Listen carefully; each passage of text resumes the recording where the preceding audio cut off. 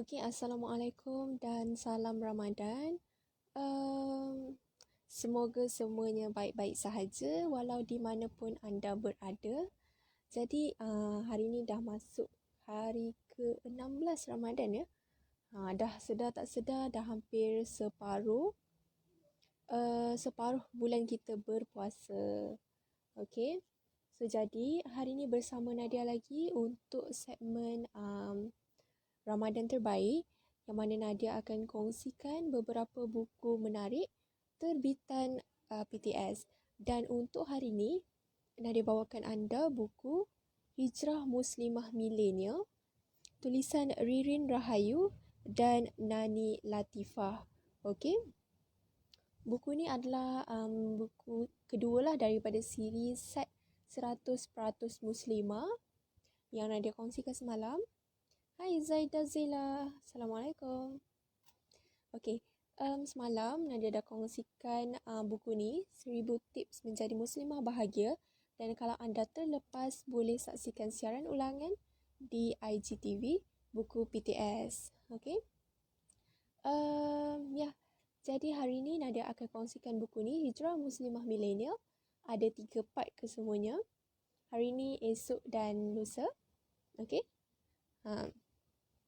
Dan untuk buku ni kalau tengok cover dia memang sangat cantik. Okey. Isi dalamnya pun ringan sahaja, berkisarkan motivasi, peringatan dan musibah pula dah. Muhasabah untuk kita berfikirlah mengenai buku ni. So Hijrah Muslimah Milenial ni menekankan konsep hijrah dalam kalangan wanita. Okey. Yang hijrah ni bukan sekadar hijrah dari segi ibadah, mendekatkan diri kepada Allah, tetapi meluas konsep hijrah ni meliputi kita punya hubungan pribadi dengan orang sekeliling. Jadi dalam buku ni membincangkan beberapa aspek hijrah muslimah dalam zaman milenial sekarang ni. Okey, antara babnya ada 7 bab kesemuanya. Okey, ini isi kandungan buku ni. Okey, muslimah dan Rabnya, muslimah dan prestasinya, muslimah dan cinta, muslimah dan media sosial, muslimah dan pergaulan zaman kini, muslimah dan alam sekeliling, dan muslimah dan produktiviti.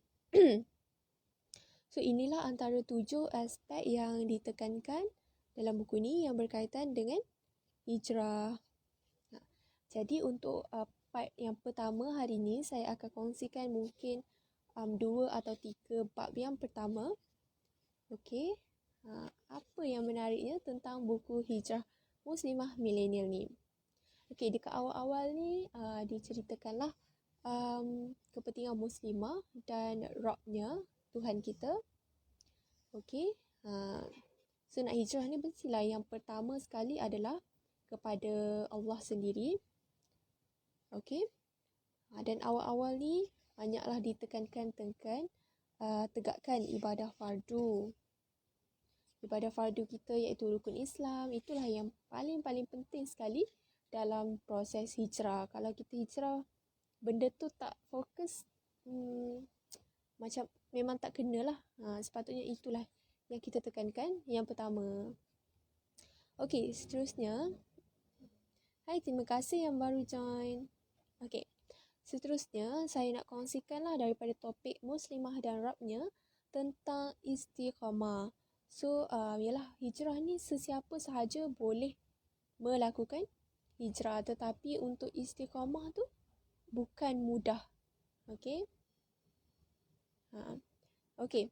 Jadi, saya akan kongsikan istiqamah dalam melakukan sesebuah ibadah. Okey, macam mana cara yang istiqamah tu kan? So, untuk pengetahuan, istiqamah ni bermaksud melakukan sesebuah ibadah secara tetap dan berterusan. Dan ia adalah antara perkara yang sangat-sangat susah untuk dilakukan. Jadi, dalam buku ni, penulis ada senaraikanlah beberapa tips untuk kita kekal istiqamah. Okey. Yang pertama sekali adalah membetulkan niat. Sebab niat memainkan peranan yang penting dalam setiap amal yang kita lakukan. Dan juga setiap perbuatan kita bergantung kepada niat. Jadi oleh itu, untuk kita tingkatkan ibadah kita, perkara pertama yang perlu kita baiki ialah niat. Jika kita mempunyai niat yang baik untuk istiqamah di jalan Allah, maka Allah akan mudahkan apa yang sudah kita niatkan dengan bersungguh-sungguh.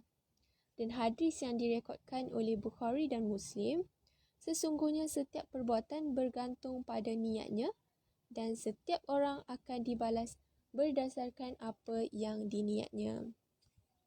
So, itulah langkah pertama untuk istiqamah adalah niat. Kalau kita sendiri tak ada niat nak kekal istiqamah, tu salah. Jadi kita kena cubalah ada niat yang betul. Sebab dengan niat sahaja, sesungguhnya setiap perbuatan tu bergantung kepada niat. Dan setiap orang akan dibalas berdasarkan apa yang diniatnya. Okey. Yang kedua, banyak mengingati Allah dengan zikir dan doa. Ini pun langkah ke arah istiqamah.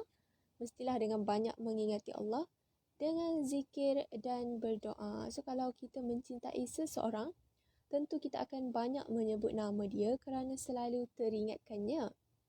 Justru agar kita selalu mengingati Allah, maka salah satu cara adalah dengan memperbanyakkan zikir dan doa. Hai Fitria, terima kasih join. Okey, jadi kita cubalah perbanyakkan zikir dan doa. Berdoa memohon agar diberikan kekuatan untuk berpegang teguh pada jalan Allah. Dan hadis yang direkodkan oleh Muttafaqun alaih daripada Anas radhiyallahu anha berkata, doa yang paling sering diucapkan Nabi adalah, Ya Allah, berilah kami kebaikan di dunia, kebaikan di akhirat dan lindungilah kami dari siksa neraka. So, itulah antara doa yang paling kerap diamalkan oleh Nabi. So, kita pun patut amalkan jugalah doa tu ke arah istiqamah. Okey, yang ketiga adalah membaca Al-Quran. Membaca dan tilawah Al-Quran adalah salah satu ibadah yang boleh dilaksanakan oleh umat Islam. Dengan membaca dan memahami maknanya, kita dapat menguatkan iman, membersihkan hati dan mendekatkan diri dengan rahmat Allah Subhanahu Wa Taala. So, kita ingat baliklah untuk istiqamah pada jalan Allah, semestinya niat, kemudian banyak mengingati Allah dengan zikir dan doa, dan juga membaca Al-Quran. Mestilah kita nak perbaiki hubungan kita adalah melalui Al-Quran. Yang keempat, yang sama pentingnya juga adalah mengingati kematian. Okey, kita tahulah setiap yang bernyawa pasti akan mati, tapi kita tak tahu bila. Dan disebabkan itu, bila kita sentiasa mengingati mati, kita akan sentiasa berjaga-jaga, tidak leka dalam membuat sesuatu perkara, dan kita akan usaha untuk cari bekalan di akhirat nanti. Dan mengingati kematian ni seperti picu lah yang membuatkan kita lebih berusaha bersungguh-sungguh. Sebab kita tak tahu bilakah kematian kita. So, itulah antara 4 langkah ke arah istiqamah. Walaupun nampak biasa dan basic, tapi sebenarnya itulah yang patut kita lakukan. Tak ada cara lain. Semuanya daripada diri kita sendiri. Okey. So, itulah antara awalnya lah muslimah dan Rabnya. Kemudian saya nak kongsikan antara lain adalah berlatih rutinkan sunnah. Dan ni banyaklah dikongsikan sunnah-sunnah apa yang boleh kita lakukan.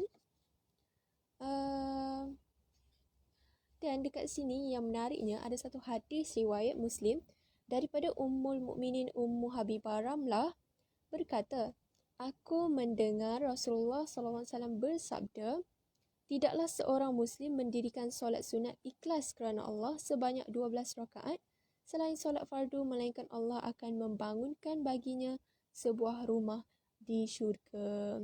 Apa yang 12 rakaat tu adalah solat sunat rawatib.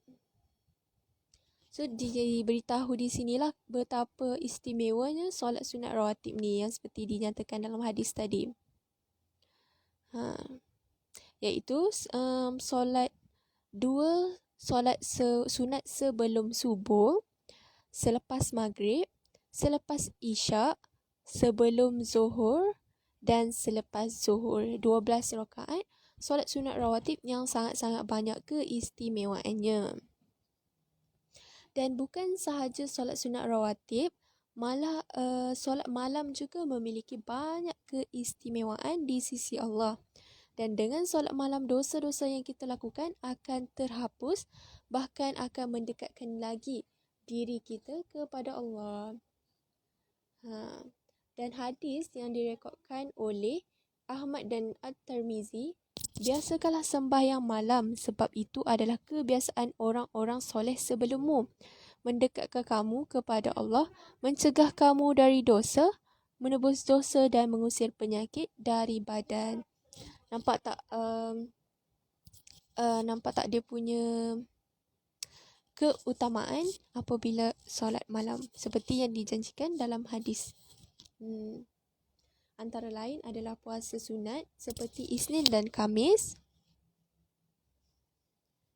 Okey. Itulah antara yang menariknya. Dan saya suka untuk kongsikan satu poin yang penting dalam ni, iaitu keutamaan solat malam. Okey. Lebih baiklah untuk kita mengetahui keutamaan solat malam ni supaya kita lebih bersemangat untuk mengerjakannya. Jadi yang pertama, bila kita amalkan solat malam, kita akan semakin dekat dengan Allah. So tak dinafikanlah dengan solat malam ni mampu mendekatkan kita dengan Allah. Ya, bangun malam hanya kita dan Allah. Itulah yang dapat mendekatkan kita.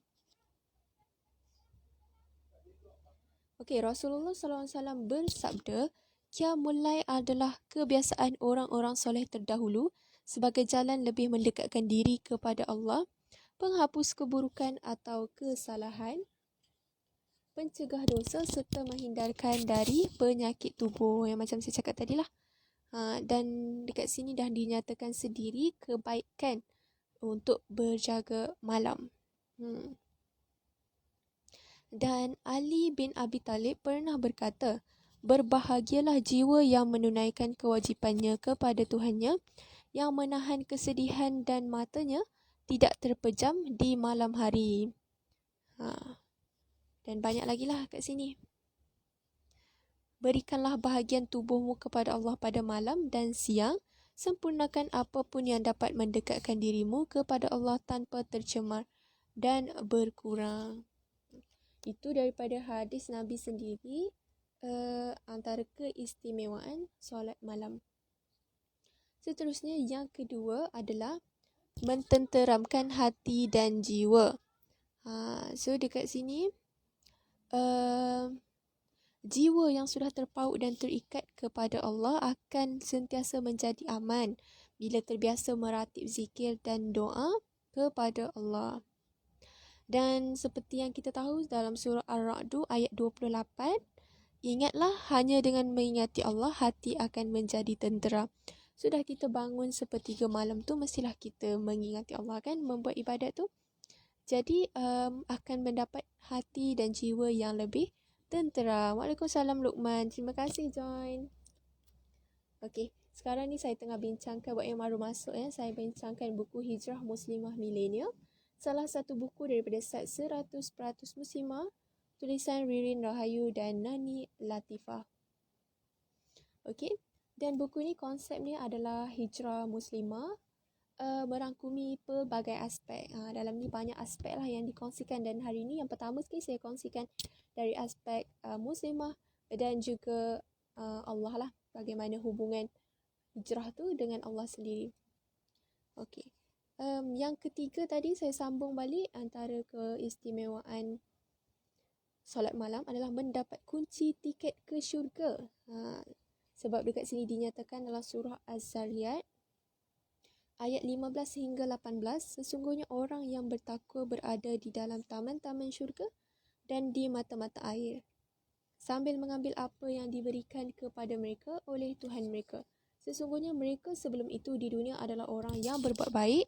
Mereka sedikit tidur di waktu malam dan di akhir malam mereka memohon ampun kepada Allah.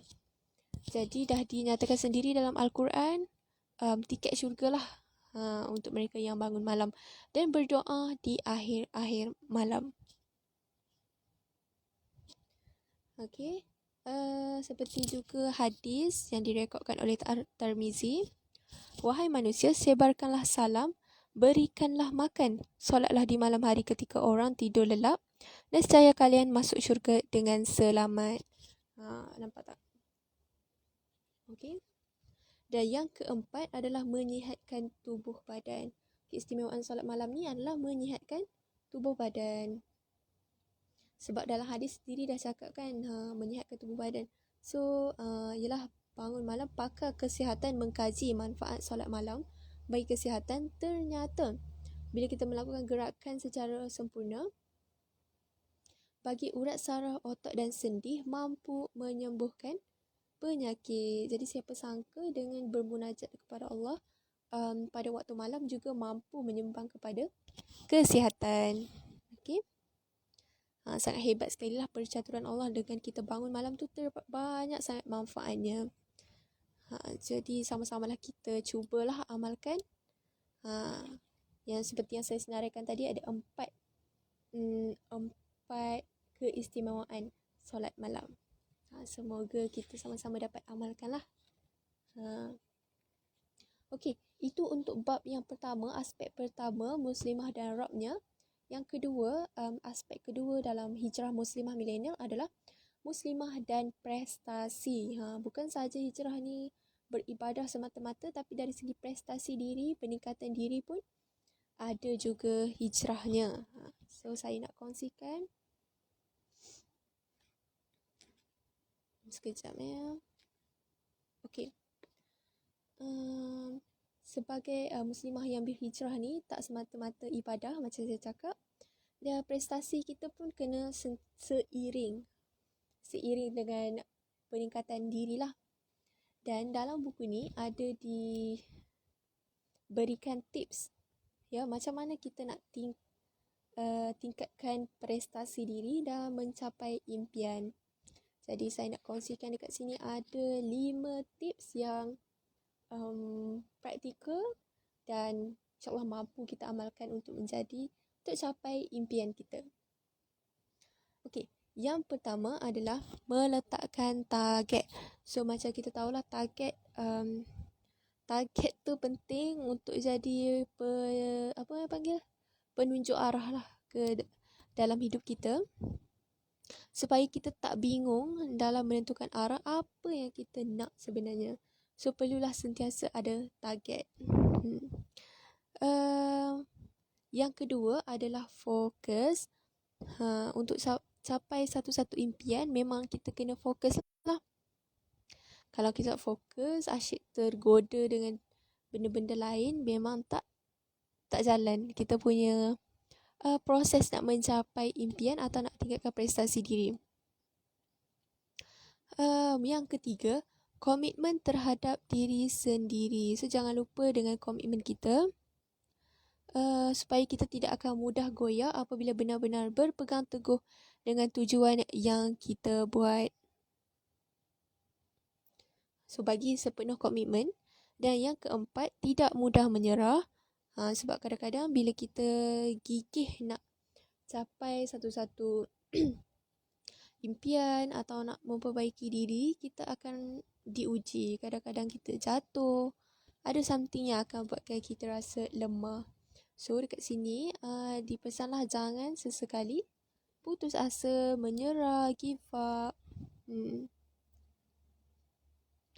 Jadi kita buat salah, tapi cuba untuk jangan ulang dan jangan give up. Seperti kata Akio Morita, Pengasas Sony Corporation, jangan takut membuat kesalahan, namun pastikan kita tak melakukan kesalahan sama kali kedua. Dan Henry Ford mengatakan kegagalan adalah kesempatan untuk bermula kembali dengan lebih bijak. So, jangan takut akan kegagalan sebab kita boleh bangkit dan kita boleh belajar banyak benda daripada situ. Sebab ia kesempatan untuk kita mula balik dengan lebih bijak.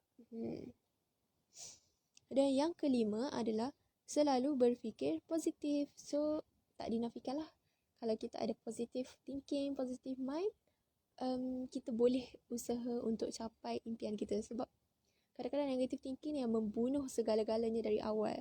Yang fikir macam mana kalau tak jadi, macam mana kalau jadi macam ni, macam tu.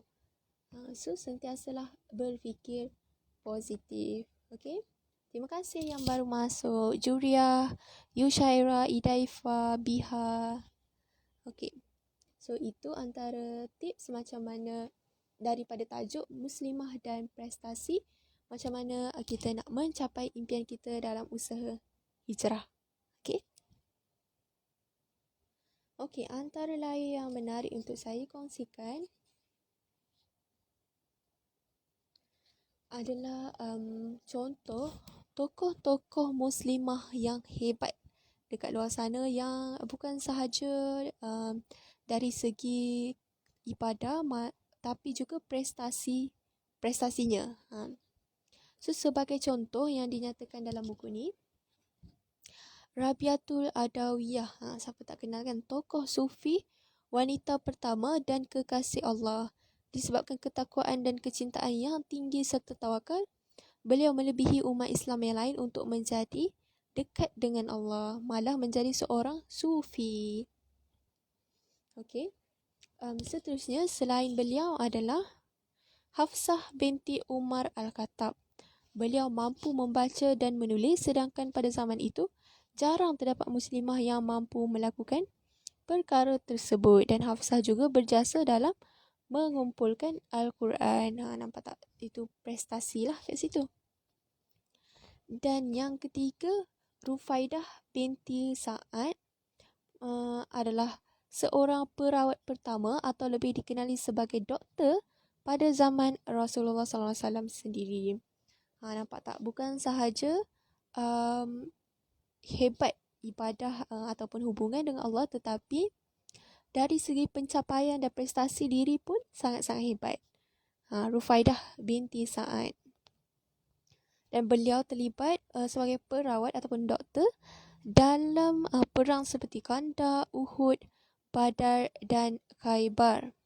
Dan beliau juga bukan setakat perawat, malah mengajarkan ilmu tersebut kepada Ummu Aiman, Ummu Umarah, Ummu Sulaiman, Safiyah dan Hindun. Jadi dengan beliau sebarkan lagi apa ilmu yang beliau ada kepada muslimah yang lain. So nampak kat situ antara tokoh-tokoh wanita Islam yang hebatlah dari segi prestasinya. Okey. Seterusnya nak kongsikan daripada buku ni juga, ada kongsikan tips yang kita boleh amalkan untuk menjadi juara. Menarik kan? So saya nak kongsikan ada berapa? Ada 4, walaupun kita biasa dengar, tapi ya sepatutnya kita, benda basic ini adalah yang patut kita amalkan. Foundation tu penting. So yang pertama adalah memiliki passion. Bila kita passionate dalam buat something, InsyaAllah benda tu akan jadi. Sebab bila kita buat benda yang kita minat, bila kita buat benda yang kita minat, kita rasa happy, kita enjoy. So lebih mudah menjadi, insyaAllah. So passionate dalam apa yang kita buat.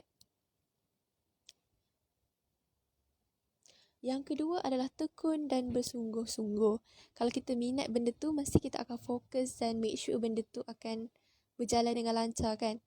So bersungguh-sungguhlah dalam membuat perkara tersebut. Tak mengeluh, tak putus asa. Okey.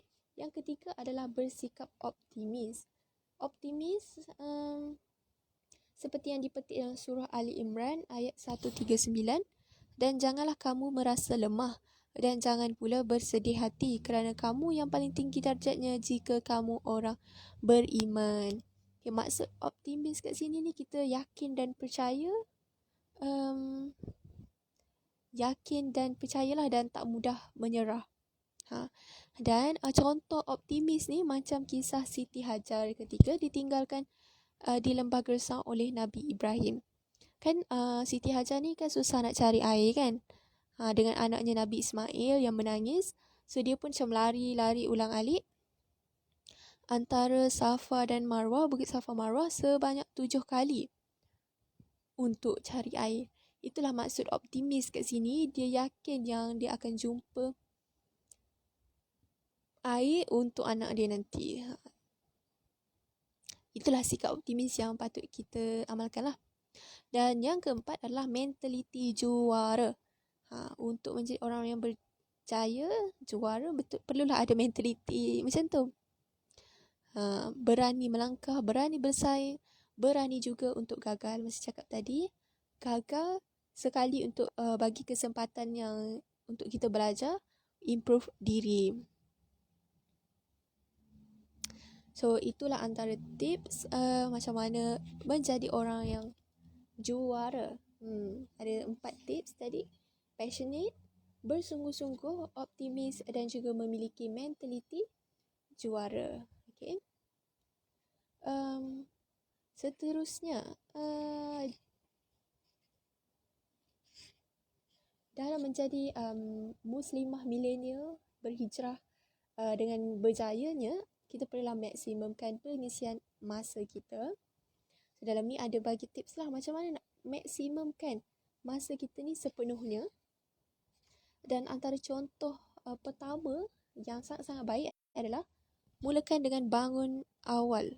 Bangun daripada tidur lebih awal. Sebab bila kita bangun awal, kita akan rasa macam banyak masa. Okay, dan lebih teraturlah untuk buat aktiviti. Selain tu adalah membaca buku. Dan kalau tak minat baca buku, cakap kat sini, bacalah Al-Quran. Kerana ialah membaca Al-Quran memberi ketenangan dan mengingati Allah akan menjadi tenang. Dalam surah Al-Isra sendiri ayat 82 menyatakan, dan kami turunkan Al-Quran suatu yang menjadi penawar dan rahmat bagi orang-orang yang beriman, dan Al-Quran itu tidaklah menambah kepada orang-orang yang zalim selain kerugian. Jadi sama-samalah kita manfaatkan masa yang ada ni dengan something yang bermanfaat. Okey, ada banyak lagi sebenarnya tips yang dikongsikan kat sini. Sangat-sangat praktikal dan menarik lah. Saya tak boleh nak kongsikan semua sebab kita pun masa terhad sekarang. Jadi kalau anda berminat nak dapatkan buku ni, harganya RM35. Boleh dapatkan di IG, di link IG buku PTS ni. Ataupun di kedai borong PTS, ada 15% diskaun. Ataupun di kedai, di website bookcafe.com.my. Dan buku ni juga didatangkan dalam set 100% muslimah. Saya rasa anda tahu buku ni. Ada 4 buku kesemuanya. So boleh beli loose ataupun beli keempat-empat buku ni. Harga RM145, free postage. Tapi untuk box set akan reprint lepas hari nanti. Okay? So itu sahaja. Kalau anda nak tahu lebih banyak tentang buku ni, boleh tunggu esok jam 12.30 hari. Saya akan sambung perkongsian daripada buku ni. Okay? Terima kasih yang baru join. Kita jumpa lagi esok. Okay? Selamat menjalani ibadah puasa dan selamat berbuka. Assalamualaikum. Bye.